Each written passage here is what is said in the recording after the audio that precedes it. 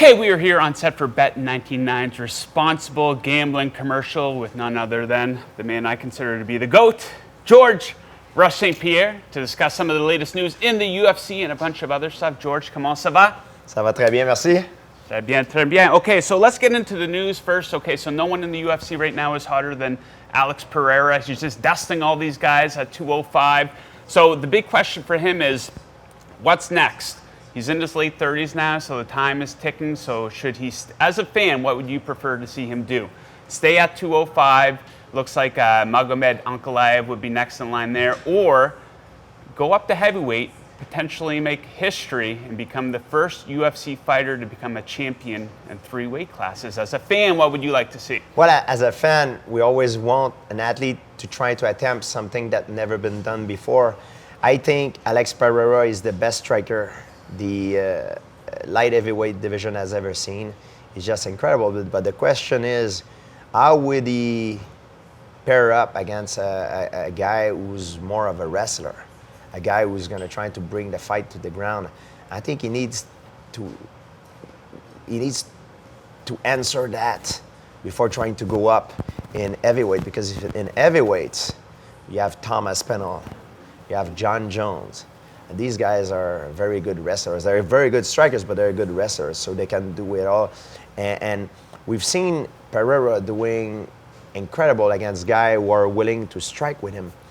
But the question remains, how would he match up against a guy who really tried to bring him to the ground? And that's what I would like to see him do in his division as a light heavyweight, trying to beat a guy who try to take him down, see how he will perform, and if he does great, now try to go for a heavyweight. I think that will prepare him for what is to come in heavyweight. Okay, so would you say that wrestling is the #1 discipline in MMA? Because that seems to be the thing that nullifies everything. When you were fighting, George will just take him down. When Khabib's fighting, Khabib will just take him down. Islam will just take him down. Well, not only that, if you're fighting a guy who's trying to put you down, it makes you worried about another threat, so it opens up the striking as well. Yeah. So you may be the best striker in the game, but if you're worried about the guy to put you down,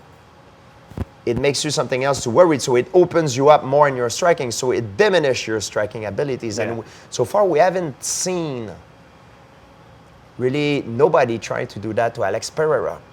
And I know for a fact that if he fights and go in the heavyweight division, guys like Aspinall or John Jones will certainly try to do this. However, we've seen John Jones try to fight guys at their game and beat them at their game, but against a guy of the level of Alex Pereira in striking, I think the best thing to do is to always create a dilemma between striking and grappling. Yeah. So like that, you made him worried about something, and it opens up your striking game as well. Okay, absolutely. So let's look ahead here. UFC 304 coming up later this month. The welterweight championship is on the line, a title you know a little something about. So Leon Edwards taking on Belal Muhammad. It's a second fight between the two. There was an eye poke, a no contest in the first fight. The third fight, but one was no contest, exactly. So what are you expecting this time around? How do you think the fight will go?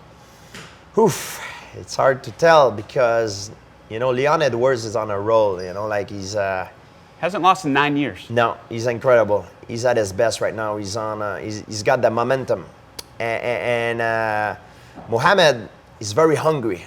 Coming up, he's got the emotion also. And I think it's gonna be a good fight. It's hard to tell because it depends. We haven't seen them fight for a long time, so it depends how much they have improved since their last fight. If I look at the momentum and the rate of improvement, I know for a fact that Leon Edwards is just incredible. The way he improved, he looked like his game has no weaknesses. He's good everywhere. He come out as a striker, but now he's very good also on the floor. He's very good also at blocking takedown, at taking people down as well. Yeah. He's getting better in all areas.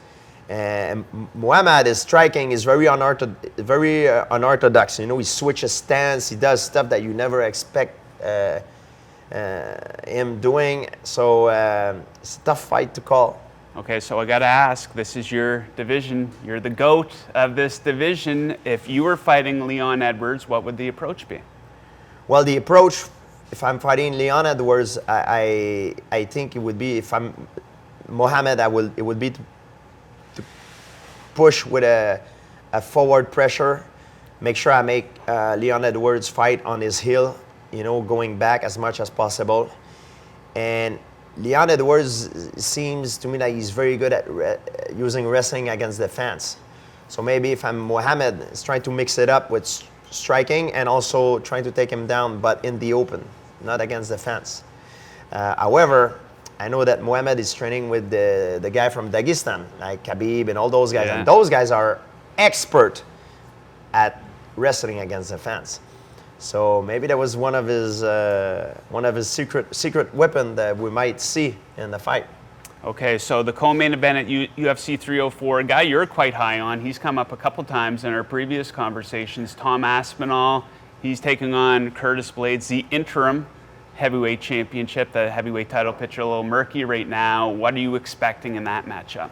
Well, we have two athletes that can do it all very well. But I think like Tom Aspinall, now he's the champion, is the new generation of athlete. He fights like a middleweight. It's just incredible.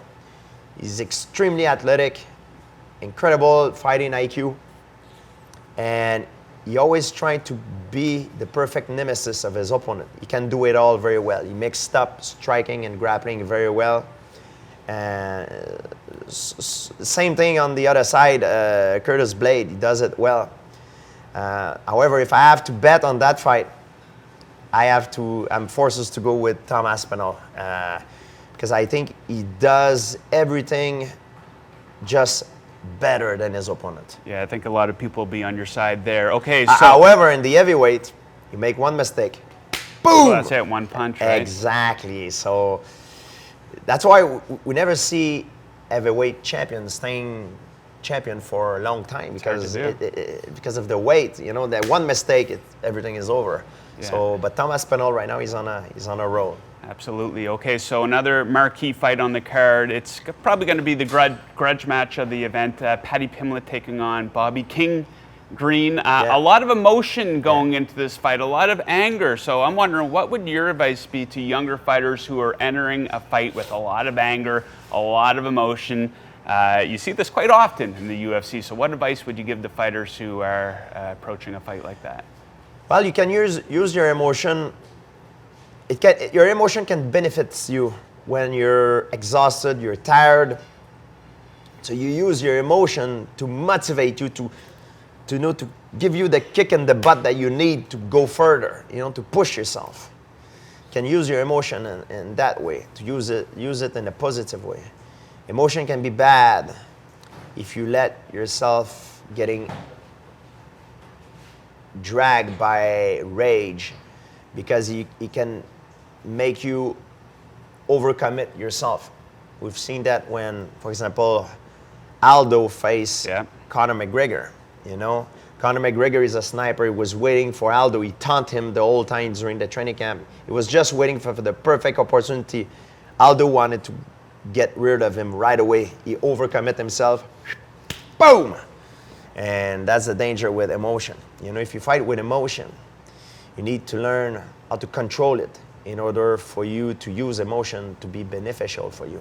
So what's the angriest you ever were entering a fight? I've never been angry entering a fight. I'm very stoic. I use my emotion when I'm tired to push me, to give me a second breath. Any superstitions on the day of the fights? Well, I'm not really a superstitious guy, but I have a routine that I do before every fight. I used to go in the bathroom when they call out my name. I used to go in the bathroom, and I look at myself in the mirror and I tell myself all the reason why I'm gonna win the fight. because I'm better. I'm more well prepared. I have better coaches. You know, I've known him more than he know himself. You know, I know myself. I know how to become the perfect Nimitz, and I try to pump my confidence, because confidence is one of the most important things for a fighter. You can have all the skills that you want, but you need confidence for the magic to happen.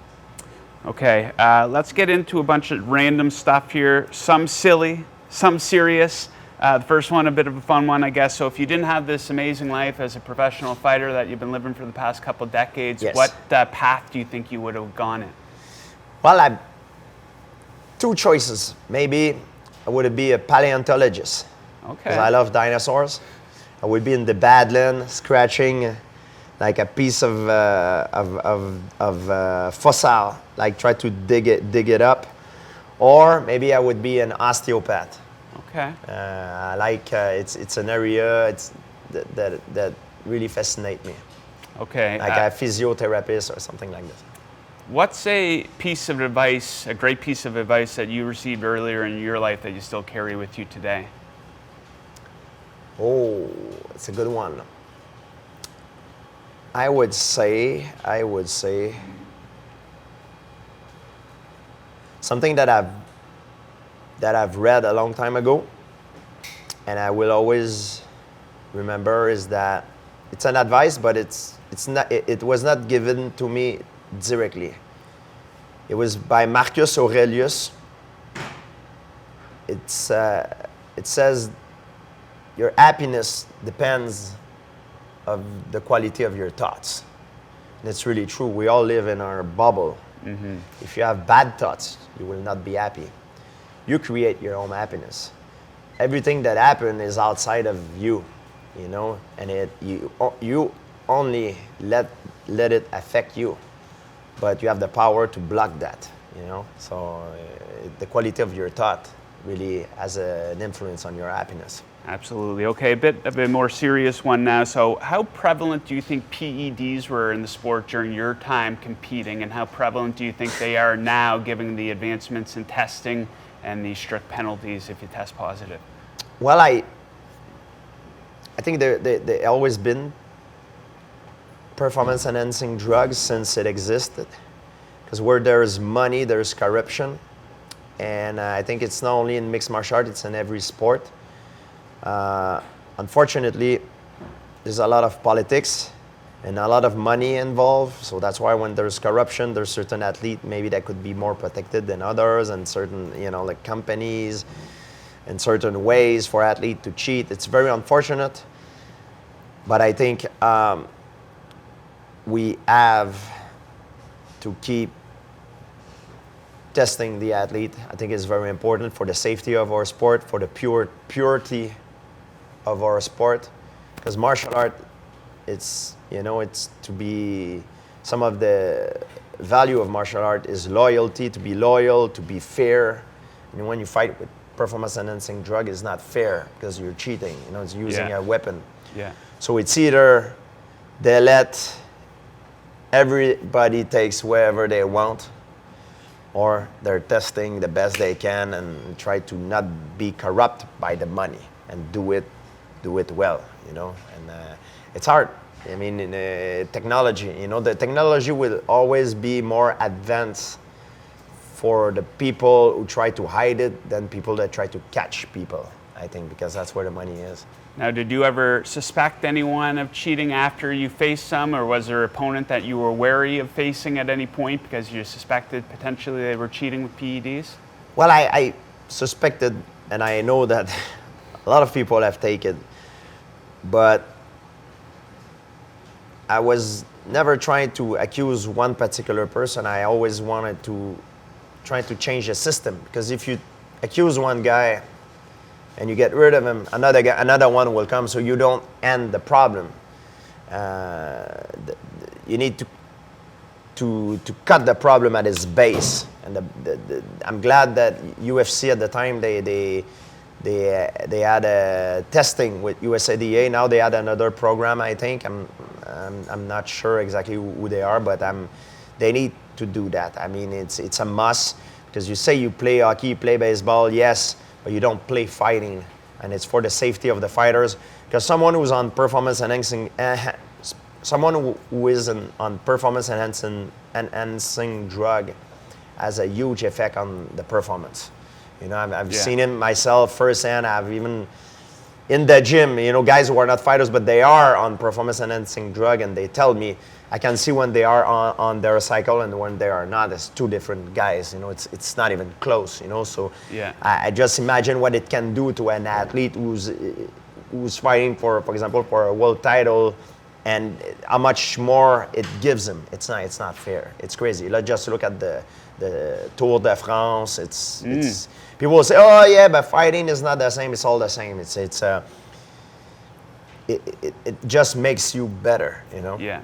Okay, so it's interesting. You said you play basketball, you play baseball, you don't play martial arts, and a conflict that you often see come up is when friends and training partners don't want to fight each other, because it's a little bit more difficult than playing a game of one-on-one basketball than against your friend, because you're hurting them, potentially injuring this person. Would you ever have faced a training partner or friend during your time? No, I would never do. I would never fight a friend.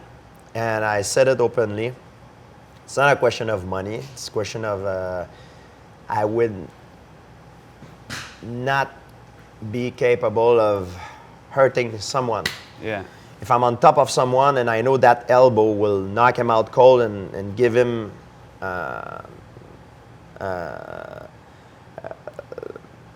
problems, like for the rest of his life, potentially injure him and give him CTE or whatever, I will not do it, because if he's my friend, I know his life, I know who he loves, and I care about him. I would not be capable of doing it. Some guys do it. There's a big difference between an acquaintances and friends. Sure. But friends, I would not be able to fight friends. Okay.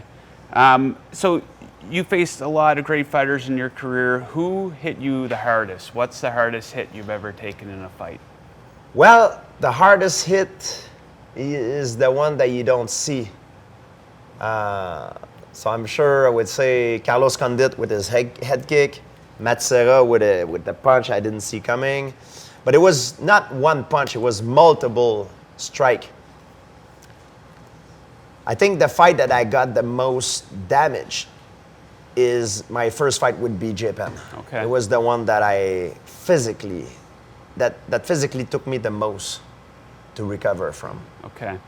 So, and not because he hit the hardest, because he was so fast and he hit me so many times. I think that was the reason why. Okay, so thankfully you don't have a whole lot of experience with losing in your career, but how difficult do you think it is losing in MMA compared to a traditional sport like basketball? Say like the Lakers have a bad game, LeBron, they lose. They have a game 2 days later and they can bounce right back. But in the UFC, I always feel so bad because they put so much energy and effort into a training camp. Then sometimes they go out and they might get destroyed in the first round. Then you don't get to compete again for half a year. Yeah, it's true. I have not lost much in my professional career, and I avenged those losses. But what people don't know is I've lost many times in my preparation, in the gym, before I became champion. And I lost so badly that sometimes I wanted to give up everything, because I lost confidence in myself. I wanted to give up. It was hard. I never thought that I could become champion. So losing is part of the process, especially in mixed martial art. In martial art, you cannot expect to always win. You have to go through that phase where you're losing, you're learning, because failure is the greatest teacher. And you have to learn how to identify the reason why you lost, why someone beat you. And then once that happens, it makes you better, because you make sure you don't make the same mistake again. That doesn't mean you're not going to lose again, but you're not going to lose for the same mistake. Okay.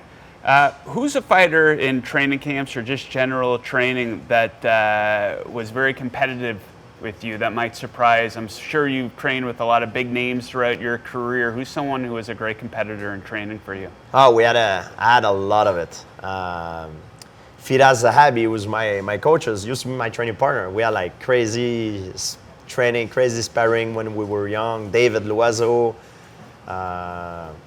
Dennis Kang, Rashad Evan, Nathan Marquardt, Rory McDonald, all the guys at TriStar, Steve Vigneault. There's tons of it. I mean,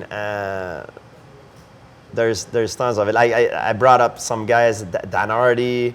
We had great trainings. A lot of guys that I compete with, I brought them in the gym. Jake Shield, another one.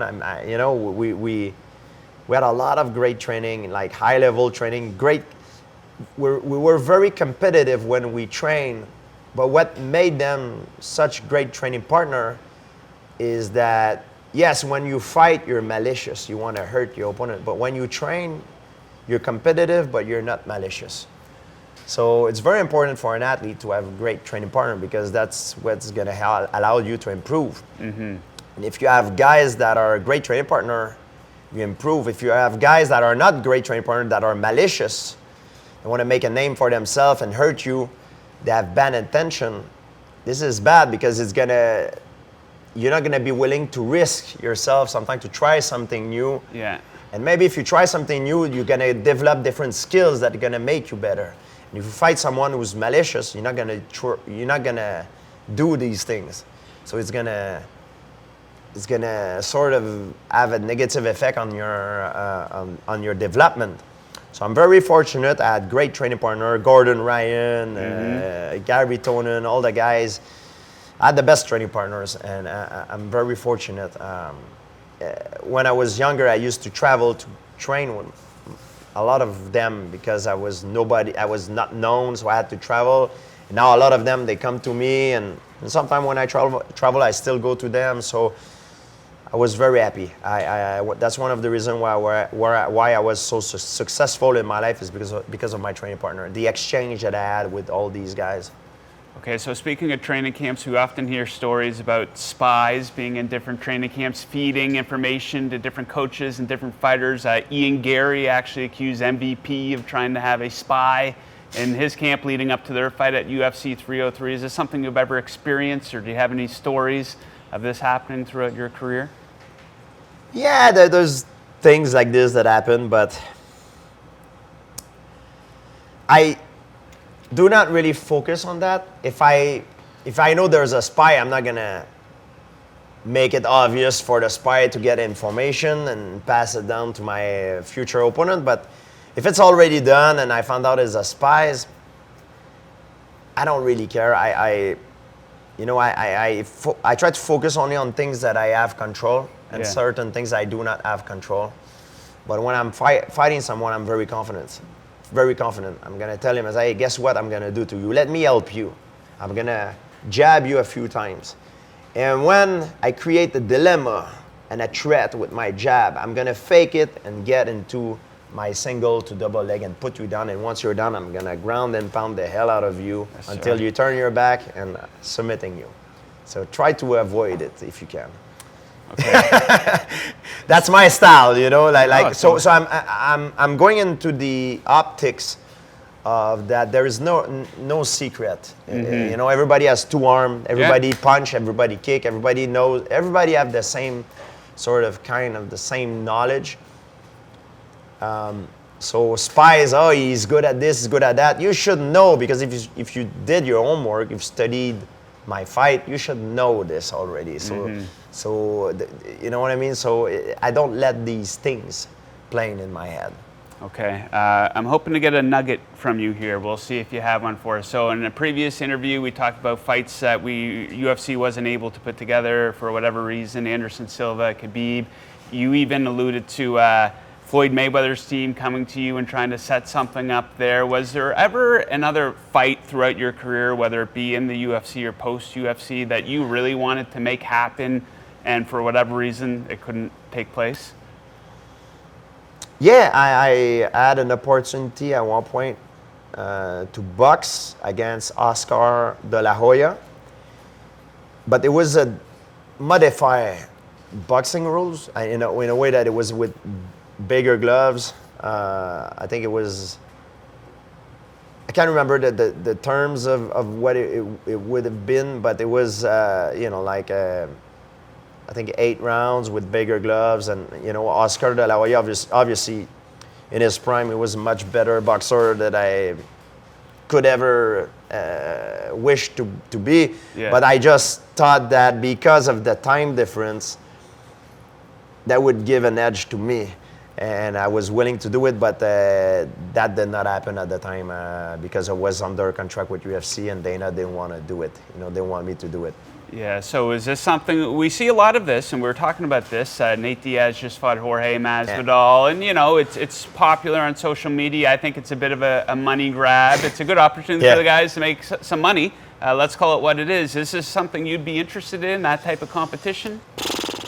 I don't say I would never do competition, but my days of trying to prove that I'm the strongest man in the world is over. I passed that time window. My prime is past. I'm aware that I'm no longer the best fighter that I could be. My best years are behind me. Yeah. Knowing that, I accept it, and it's hard to accept. A lot of guys, they don't.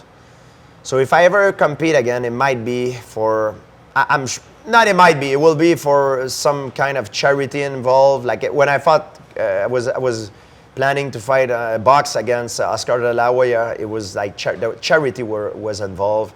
It need to be for charity to make sure, like, at least there's something good that we give back to society, because it's not a serious fight. We're not trying to prove that we're the best boxer or best fighter. It's for entertainment, purely entertainment. However, it needs to be done under rules that are much safer than a fight.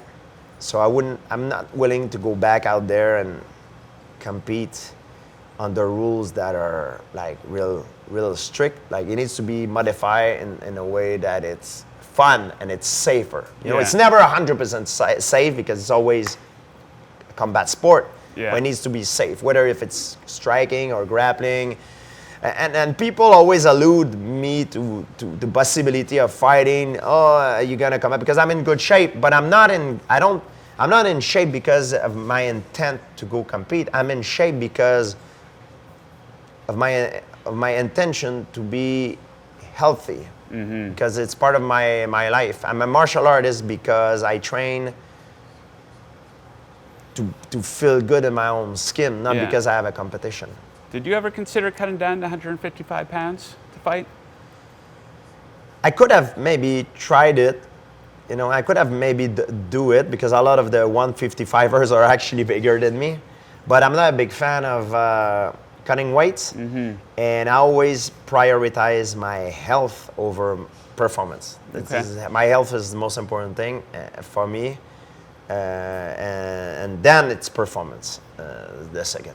Do you think this sport could ever get to a place where the weight cutting isn't so extreme? Because it's kind of crazy. It's like, could you imagine the night before the Super Bowl and they're like, hey, Patrick Mahomes, you got to lose 15 pounds and then go compete at your absolute best the next day? I'm sure there's a way that I think if they make the weigh-ins a month before, a week before, then the day before and the day of, maybe it would avoid with a certain margin of percentage that you can be. I think we can, find a way to not have that problem. Yeah, I don't think it's going to happen though, because we need to find a way. Exactly. Okay, so one of my favorite things as a UFC fan is the promotion of the fights, the build-up, the press conferences, the weigh-ins. They have the big face-off. Absolutely love it. So do all the other fans. Is there a particular face-off that you had in your career that stands out to you? Yeah, the most intense face-off I had was with when I fight BJ Penn. Okay. I could see it's crazy. He's got like a lot of intensity. BJ Penn, yeah. Okay. Was that the Normally it's not a big deal for me to face up because I just take it. But when I fought BJ Penn, I was like, shit, okay, now I'm trying to take his soul, like sort of thing, Okay, let's do something fun now. We're going to play a little game of show and tell. We have some pictures here on the laptop. I'm going to show you from different checkpoints in your career, and I just want you to tell us if they bring up any thoughts or emotions. When I knocked out Jay Aaron in my second fight in UFC. So I did some kind of breakdancing moves, and then I end up here. Okay, next. Matt Hughes, when I won the first title against Matt Hughes in Sacramento. How'd that feel? It feels great, yeah. This is a dream come true. Okay, next up. Dan Hardy, I was trying the Jujigatame, but the angle on which I was trying to put the pressure was not good, and I was like using too much strength. Because normally in the gym, when the guy will tap, but in a fight, some guys they will let their arm break.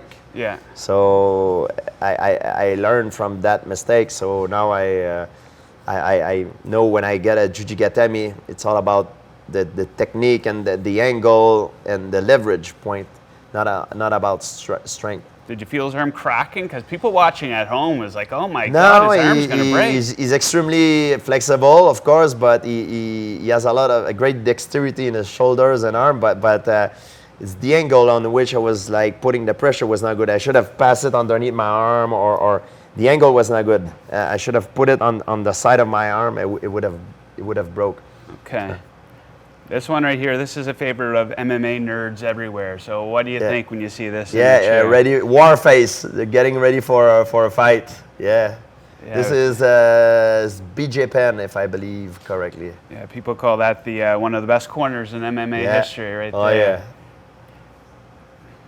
Nick Diaz taunting me. He was talking to me during the fight because he wanted me to go with a flurry to empty my gas tank so he could come back on me after. That's what he did to a lot of his opponents. Okay, last but not least. Nick, this is Michael Bisping, and he went out on his shield. He did not want to give up when I took the Adaka Jimmy. How did you feel at that point of the fight? Were you starting to tire down a little bit and you just found your spot? Or? I was tired. It's normal, but I when I saw that opportunity that I dropped him with the left hook,